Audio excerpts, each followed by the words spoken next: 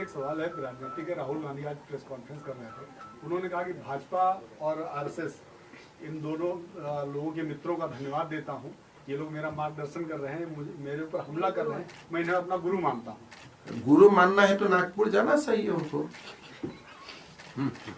गुरु राहुल जी को मैं बोलना चाहता हूं कि गुरु आप आरएसएस और बीजेपी को मत मानिए, इसलिए हम भी नहीं मानता हूं आरएसएस बीजेपी को कि गुरु है, ये तो हमारा पार्टी है। गुरु हमारा ध्वज है, भारत माँ का जो ध्वज है, हम वहां गुरु दक्षिणा भी करता हूं। तो आइए, नागपुर में आपका स्वागत है, आप आके गुरु जब मान ही लिया है तो इस टाइम गुरु दक्षिणा भी कीजिए ध्वज का सामने। कमलनाथ ने भी बोला है कि उनके हिसाब से 2024 में विपक्ष का प्रधानमंत्री का कैंडिडेट राहुल गांधी होगा। देखिए, विपक्ष का कैंडिडेट राहुल गांधी भी हो सकता है और जितना बड़ी नेता है सारे विपक्ष का कैंडिडेट हो सकता है, उसमें तो बीजेपी का कंट्रोल नहीं है। लेकिन बीजेपी का और देश का कैंडिडेट नरेंद्र मोदी है।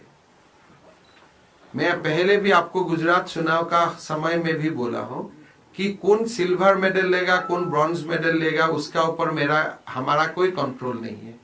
हम इतना जानता हूं कि हमारा उम्मीदवार बोलिए, हमारा आशा का किरण बोलिए, वो प्रधानमंत्री नरेंद्र मोदी है। देश का आशीर्वाद लेके प्रधानमंत्री मोदी जी ही 2026 में प्रधानमंत्री बनेगा। उम्मीदवार कोई भी बने, आपत्ति नहीं है। प्रधानमंत्री नहीं बनेगा, प्रधानमंत्री मोदी बनेगा। उम्मीदवार आप भी बने, क्या आपत्ति है? पायल जी भी बन जाए, उम्मीदवार में कोई आपत्ति नहीं है। तो आप पूछ लीजिए राहुल जी कब नागपुर आते हैं ध्वज को प्रणाम करने के लिए। रहेगा साथ में। क्या राहुल गांधी जाएंगे नागपुर तो आप लोग स्वागत करेंगे उनका? नहीं, देखिए, राहुल गांधी जी ने बोला है कि मैं बीजेपी और आरएसएस को धन्यवाद देता हूं, गुरु मानता हूं कि वो हमारा मार्गदर्शन करता है। तो आप तो जानते हैं, गुरु तो ऐसे स्टेटमेंट में कोई मानते हैं। गुरु मानना है तो आप आके हमारा भारत माँ का ध्वज को प्रणाम कीजिए, गुरु दक्षिणा दीजिए और आप आगे बढ़िए स्वयं सेवक का रूप से। क्या आपत्ति है? संघ का द्वार तो सबके लिए खुला है और संघ में किसी को स्वागत नहीं किया जाता है। संघ में लोग जाते हैं निष्ठा को लेकर। यहाँ में स्वागत नन स्वागत और कोई शादी नहीं होता है।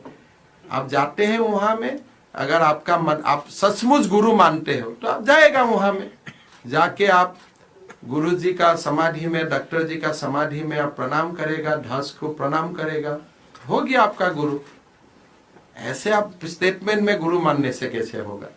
सर, राहुल गांधी की हाफ टी शर्ट काफी चर्चा में रही है, वो क्या दिखाना चाहते हैं आप? देखिए, कोई लोगों का अपना फैशन का बारे में मैं नहीं कुछ बोल रहा, तो मेरा भी एक फैशन है, उनका भी एक फैशन है। These are fashion statement and ये एकदम व्यक्तिगत होता है।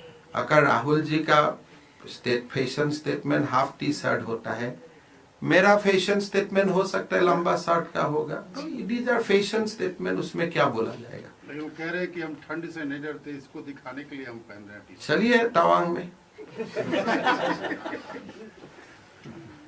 आप कितना, भारत का कितना लोग ठंड से नहीं डरता है, कितना लोग का कांग्रेस का शासन के लिए 60 इयर्स भारत में कितना गरीब है, एक ठंडा का समय में कपड़ा नहीं मिलता है।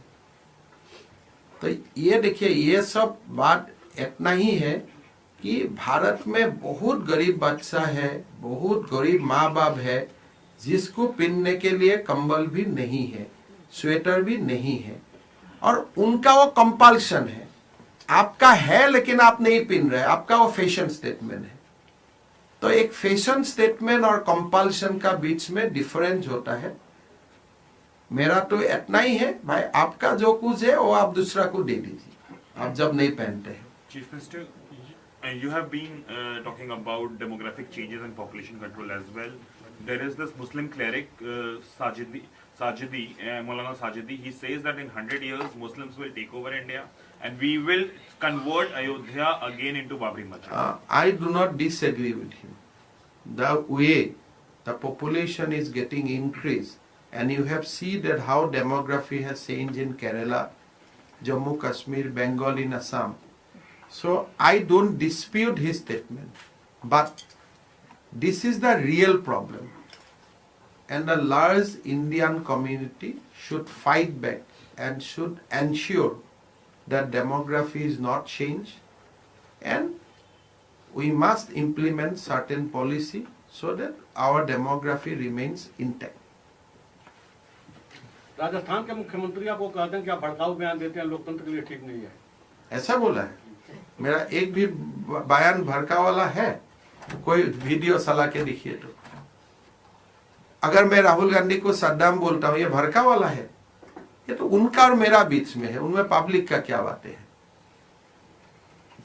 एक कौन सा मेरा बयान भड़का वाला है? मैं तो कभी जाति को लेकर भाषण नहीं देता हूं, मजहब को लेकर नहीं देता हूं। मैं खाली सबका साथ सबका विकास, एक माँ का एक ही हस्बैंड होना चाहिए, और दूसरा आप व्हाट्सएप में डाइवोर्स मत कीजिए, कानूनन डाइवोर्स कीजिए। इसमें भड़काव कौन सा है? आप बोलिए, आप ही बोलिए। मैं पूछ लूंगा अशोक गहलोत जी को नेक्स्ट टाइम जब मिलूंगा कि भाई मेरा कौन सा स्टेटमेंट हो सकेगा कोई कॉपी पेस्ट एडिट होके उनका पास गया हो। मैं तो कभी भड़का वाला नहीं देता हूं। मैं तो हमेशा आप लोग का साथ हंसते हंसते ही बात करता हूं कि इसलिए आसाम का लोग वो करने ही नहीं जानते। हम लोग होता ही है ऐसा। हम लोग तो बिहू जानता हूं, हम कहा भड़का वाला बयान, हम लोग जानते ही नहीं वो सब। आप अभी कुछ बोल देगा, मुझको डांट लेगा तो मैं चुपचाप गुवाहाटी चला जाऊंगा। क्या है, हम तो इतना हम लोग का आप लोग जगह दिया है तो यहाँ आया हूँ। सर, AIUDF के मेंबर ने प्रेसिडेंट की इंटरवेंशन मांगी है जो इवेक्शन ड्राइव हो रही है आसाम में।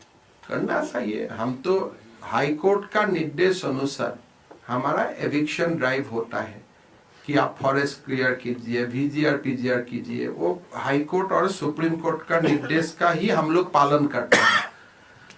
अगर presidents can interfere with that, it is good. मुझको तो अच्छा नहीं लगता है एविक्शन करके, बट अभी Guwahati high court has given me instruction कि आप ग्वालपाड़ा का पूरा फॉरेस्ट को आप क्लियर कीजिए, एविक्शन कीजिए। अगर through presidential intervention that order can be stayed, मेरा कुछ प्रॉब्लम नहीं है। मैं तो एविक्शन, किसी को एविक्शन करके किसी को अच्छा लगता है क्या? करना पड़ता है कानून। जब मैं CM का कुर्सी में हूं, अगर आपका VGR PGR किसी ने एनक्रोच किया है, अगर आपका फॉरेस्ट किसी ने एनक्रोच किया है, अगर किसी ने आपका 17 मंदिर का जमीन एनक्रोच किया है, तब तो आपको करना पड़ेगा। This is the job of a chief minister.